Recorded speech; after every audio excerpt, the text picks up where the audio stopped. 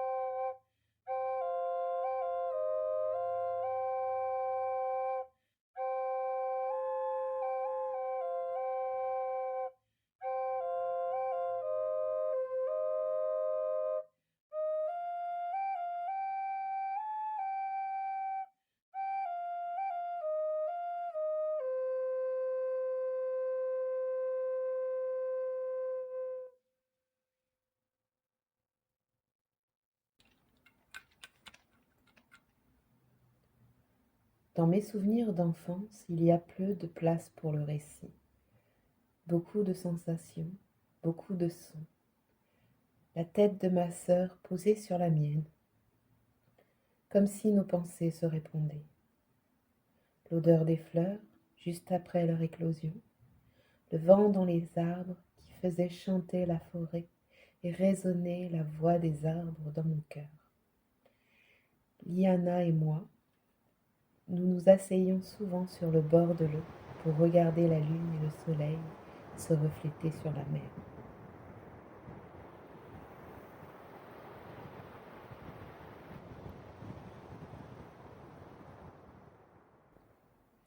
Je vais commencer par le début. Je m'appelle Calliope. Je suis née sur la terre que l'on appelle aujourd'hui Atlantis. Je dis aujourd'hui car nous l'appelions mère. Chez nous, les enfants nés à 2 ou à moins d'1 an d'intervalle étaient considérés comme des bénédictions, des cadeaux de mère, qui avaient le droit à une place de choix dans notre société. À la naissance d'un enfant, toute la maison se mettait à chanter, et souvent le chant finissait par monter dans toute la cité.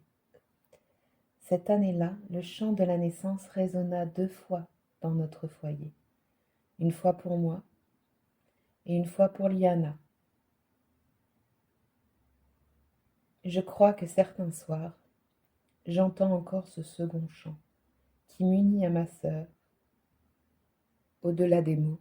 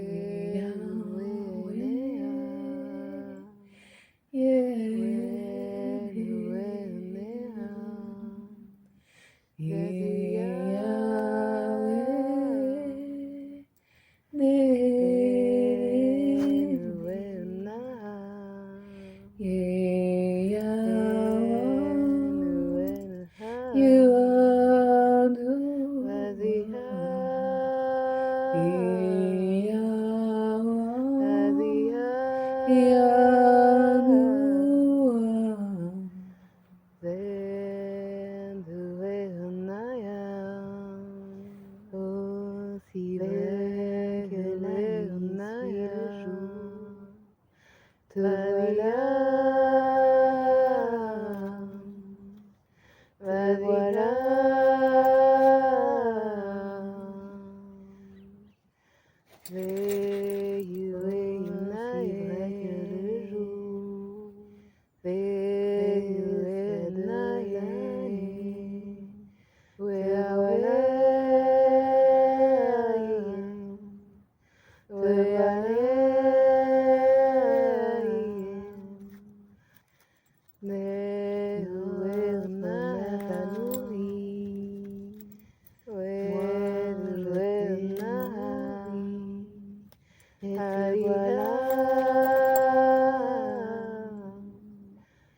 te voilà,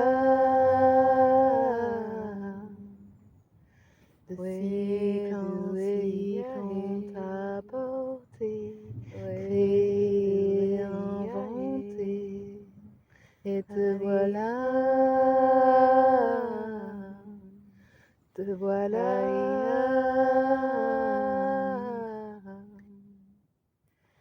Et aujourd'hui est ton premier souffle, souffle de vie, souffle de toujours. Et te voilà, te voilà.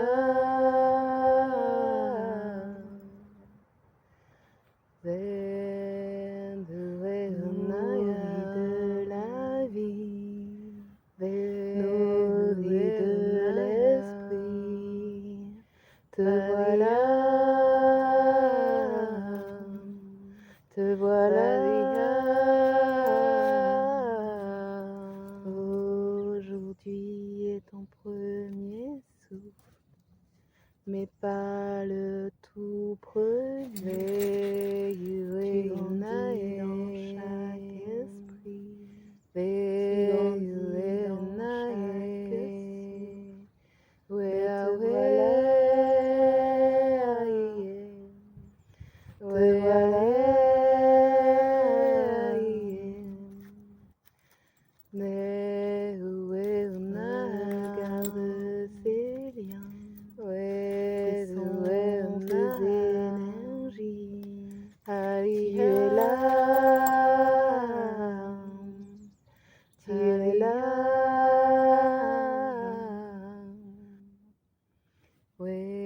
D'où les yeux, sors ta propre voix, et sois là,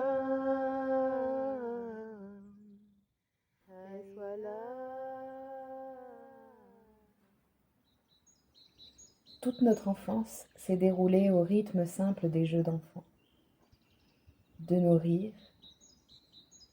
de nos disputes qui pouvaient être explosives. En Atlantide, les enfants ne sont pas envoyés dans des lieux fermés pour apprendre le savoir. On les invite à suivre leurs pas et à écouter ce que chacun a à dire. Les enfants en Atlante avaient une maison avec leur mère et leur père, mais une famille dans toute la cité et au-delà, dans chaque fleur, dans chaque arbre, dans chaque animal. Les dauphins qui étaient les plus représentés dans la cité étaient aussi de formidables compagnons de jeu pour les enfants. Et j'avoue que les adultes continuaient à apprécier ces temps de jeu. On disait que plus un enfant évoluait au milieu des dauphins, plus il devenait sensible à la musique du monde. Les sons qu'émettaient les dauphins étaient la clé du ressenti et de la compréhension du tout.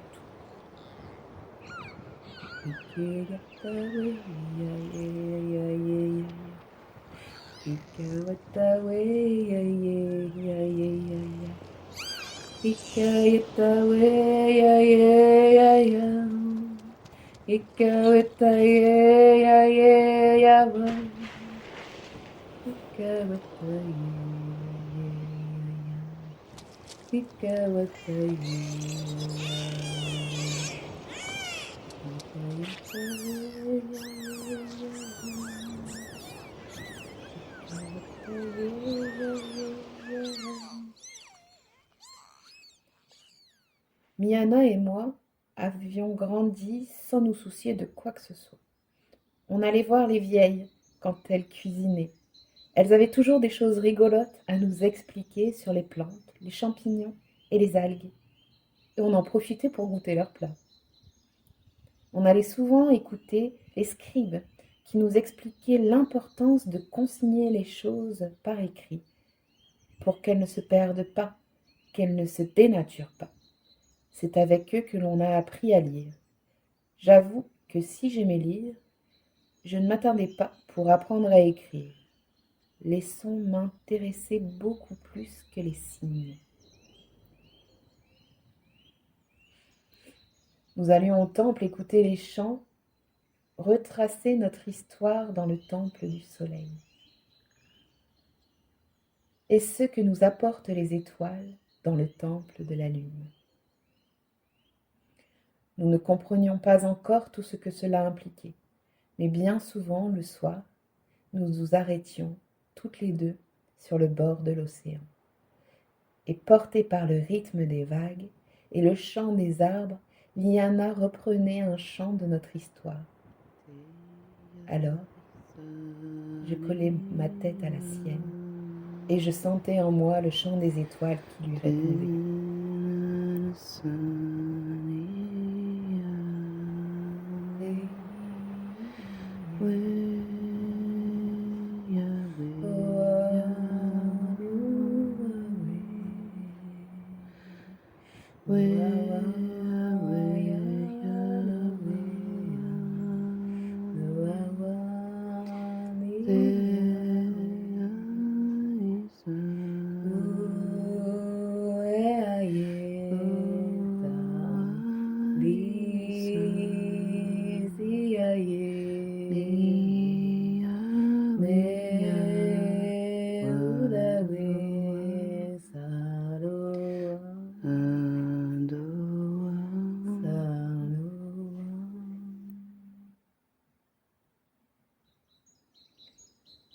Les adultes qui passaient par là avaient tous le sourire et parfois s'arrêtaient pour nous écouter et parfois même d'autres voix se mêlaient aux nôtres.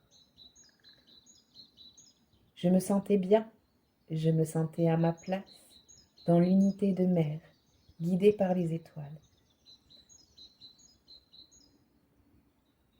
Avec mes yeux d'enfant, ce temps dura longtemps. Quand nos corps commencèrent à changer, les gardiens des temples sont venus chez nous et ont demandé à nos parents de nous proposer de passer plus de temps au temple, et chacune de notre côté. Cela nous paraissait étrange, mais nous le fîmes. Au début, on allait chacune notre tour dans les temples, mais très vite, nous nous mîmes d'accord. Je n'allais plus qu'au temple de la lune, et Liana à celui du soleil. Quand nous l'avons dit à nos parents, ils nous ont serrés dans leurs bras et ont chanté leur joie. Nous ne le savions pas encore, mais nous venions de sceller notre destin.